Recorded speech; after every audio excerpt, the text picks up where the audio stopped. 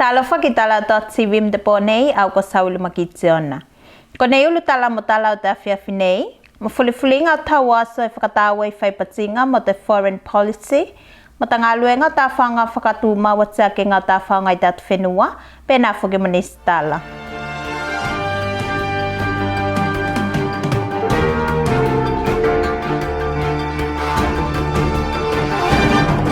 Atulanga ma fulifulinga o tau aso e whakatawa i lunga i whaipatinga ko nei ne whaitaso nei, ki lunga i whakatoka ngā tūwalu ma tēnā whakanofonga mo mālo ki tua foreign policy.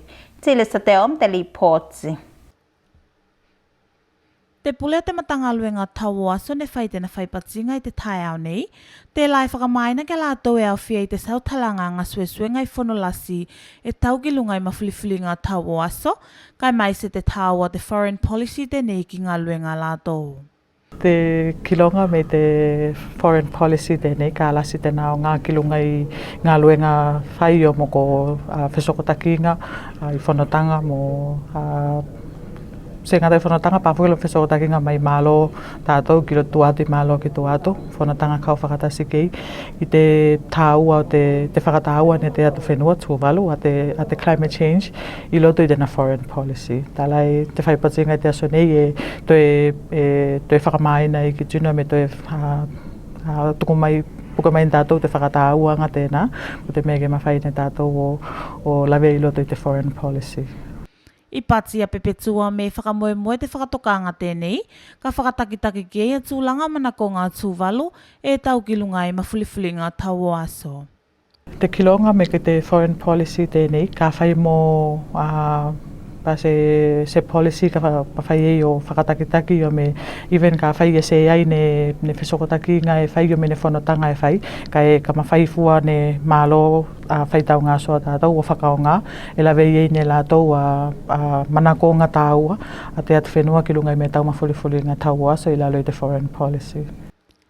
Te minisi tau whai mea tonu whesokotaki ngā mō mālo ki tua, ne whakamasawa ki sui i te sautalanga i te tai au nei, ke whakautua sautalanga ki lunga i sokotaki ngā mō whenua i tua, ka e tau ki mawhulifuli ngā tau aso.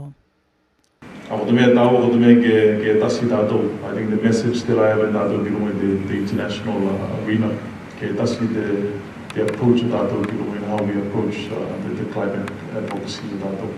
Atulanga mawhulifulinga tau aso mo te nofolei o tino tūwalu, se tasi o matau pu te lai whakautu ke te foreign policy tēnei whakatoka nei. Te minisi tane whai ko te whakamoemoenga tēnei, ke whakamate alo atulanga tāua ko lai whai ne tino tūwalu i whikau ea veki te lalangi. Mai se iei ko whakamoemoenga ke loto nau a tau tino, mea tātou te foreign policy te laka whakawai mai lunga i tū mo whaiwhainga, ke ioko ki longa whakatūwalu. A sautalanga ko nei whakatautau ke whakaotioti i te aso mātai ao. Tile sa te o matala o te .tv. Te matanga luenga mālo whenua ko whakamalo sinei e te whaiwhainga fōu, ke whakatauto i o me whakatapu a sui kaupule o whenua. I te aso anawhi, ne whai e te whakatapu ngā sui kaupule o te whenua ko whanā futi, i loto i te whale kaupule o te whenua. E tusan tokoli mā sui kaupule o whanā futi ni whakatauto i te polokalame tēnei. Whaiwhainga tēnei ko te manakonga te tūla whono, ko te mea ke mawhai o whakatapu a sui filifilia, ma te whamoemoenga ke mawhai o whakatino ne tino filifilia ko nei, al tau tiute i te anganga tonu, mo te whakamaoni pēla mtautonga te la ko tine whai ne lātou. Ne whai mai ne te whai lautu seo mālo whenua, me tāua ki waenga whau tēnei, ke ilo ne sui kaupule. Tāua ke maina tātou me kai akoa, koa ke sea i te whaiwhainga tēnei. Mo whaiwhainga māsa ni kola ne mai mo tātou i tausanga.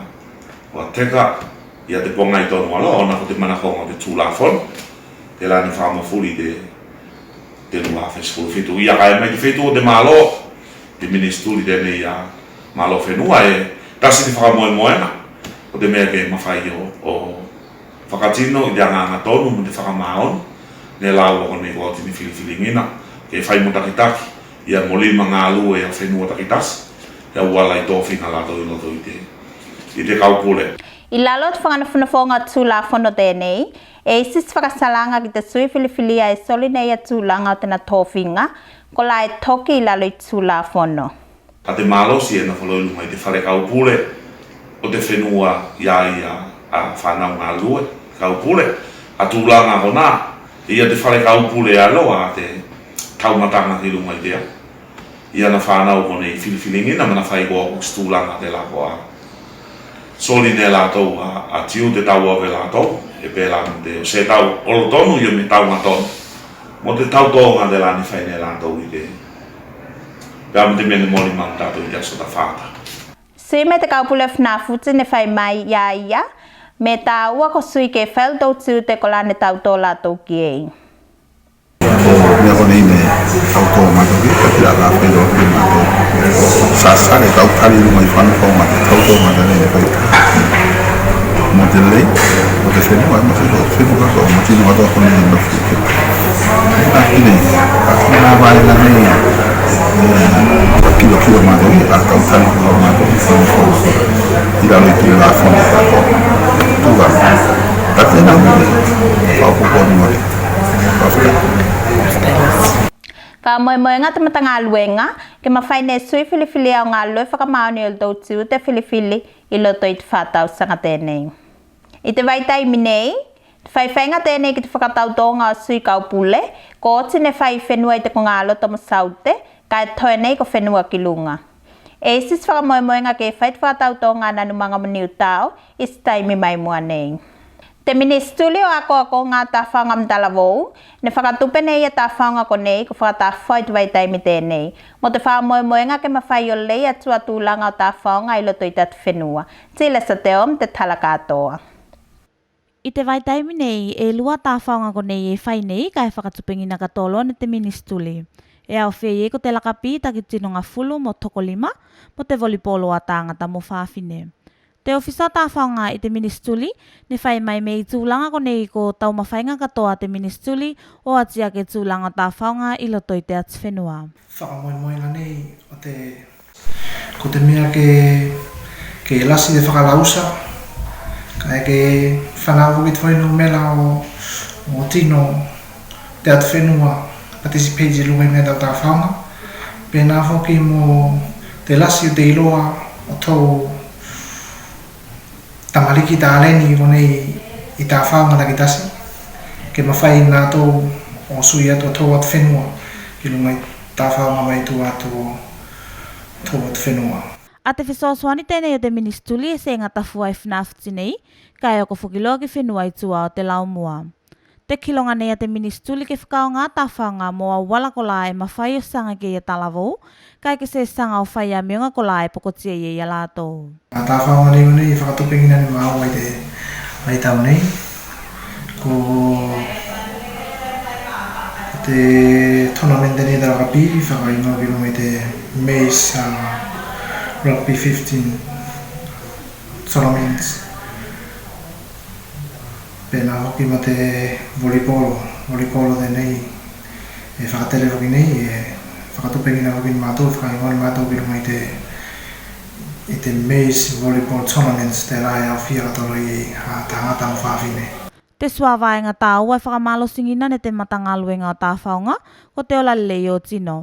Tēnā e whakamalo sei ko talavou ke whakaunga o lotou tāleni tāwhau, ka e whakamalo silo si o lotou whoitina mo a e mauangina ne masake. Mai te lua, se o soani ki runga i te ola lei sau katoa o whoitino o talavou, o ngai te tolu, pēnā o ngai te tolu. E a tournaments whoki ko nei ni whakatele o te mea ke a waka te iloa o a waka te iloa, pēnā whoki whakalausa te iloa o talavou i lunga i oro tau whenua, i lunga i tāwhaunga o nei e whakatupengina ne māu o te waitau nei. E whakamoe te ministuli ko tāwhaunga ko nei whakatupe nei ia, ke tele leiloa a whipakinga ke i kum te manuia. Te tāwhaunga ko te volipolo ko whano nei ki te lua o vai aso, ne whakatele iei ka e kotolu nei a vai aso o te lakapi. Te ministuli e whakatū maulo ana whesoasuani ko nei, mo taimi mai mua nei mai se loa ki te atia kenga o tūlanga tau tāwhaunga i loto i te ats whenua. Tile sa te o mo tala o te tō TV. Kai mo te toe tala, Masaki nga tsuvalu kalan fai malang ma India ki Fiji te po mua te masna nei. Ko koloit fia ki kunga mai loilonga kolane fai kalato i te manua te coronavirus. E tusam te tinalo matoka fita masaki molto tausi e nafone inendi kong kolan fatokam tausi lato i loto i sesful faso. Ne whapatanu mai ne manroi vaya, me kōti ne maua ne lato waikunga o asinga, kai whaftai lato me sestin tuvalo lato ne maua ne te manu. I sau talaga kone ne whailunga i te neti, e whai mai a men raoi, me ia lato ne whail do asinga i ta solua o te vai aso nei, o na o te manakonga o te malo o Fiji, a wā lato ne whai malanga tasi mai masaki ngā o Fiji, ko la isi ne maua kai pokotia.